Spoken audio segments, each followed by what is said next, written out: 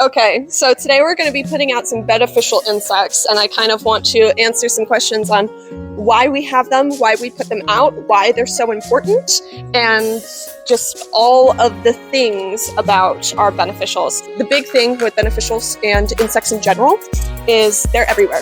Beneficials and the bads. So the good and the bad, they're always kind of out, especially, we get all of our plants from Florida. So, all of these bad insects are just kind of out in the wild. Our new plants coming in, we spray them down before they go into kind of the general population of the rest of our house plants in particular. Just making sure that we kind of have the least amount of insects that we can possibly have. Neem solutions, suffoil that we use a lot of the times in here when things are fresh and when they come in.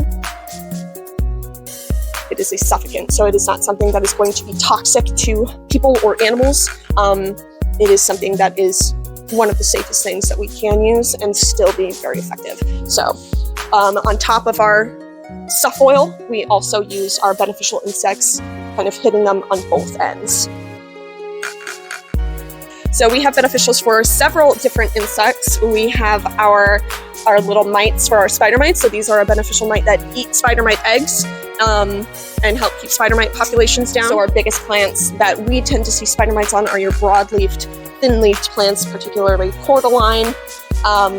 That's one of our biggest ones at the moment. We have a couple of Dracaena with some spider mites. So that's something that we're going to be attacking today. So these guys are our lacewing larva eggs. So these are the big getters of our mealybugs, the bane of most houseplant people's existence. So these just kind of hang on anything that we might have issues with. A lot of the times our fiddle-leaf figs, our ficus varieties, tend to have a lot of cracks and crevices where a lot of things can kind of get missed inside of.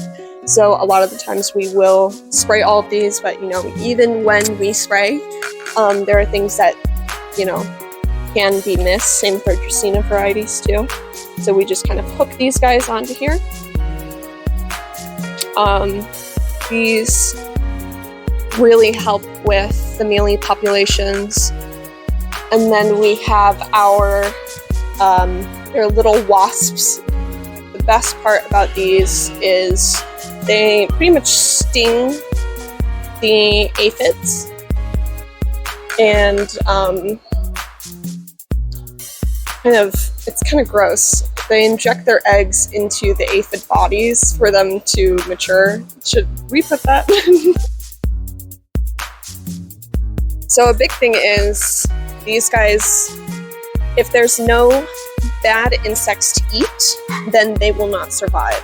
So if you take one of these plants home and all of your plants are really clean, you don't have any insects that would be food for these guys. For these in particular, it is aphids. So if you have no aphids in your home, then these will die off within, I think, about a week or two. They have very short lifespans, so we get these in on a schedule. So these guys, you don't have to worry about them coming into your home and then being a pest. They are the good guys, and then if there's no bad guys to eat, then there's really nothing else for them to do. So you don't have to worry about these being an issue in the house.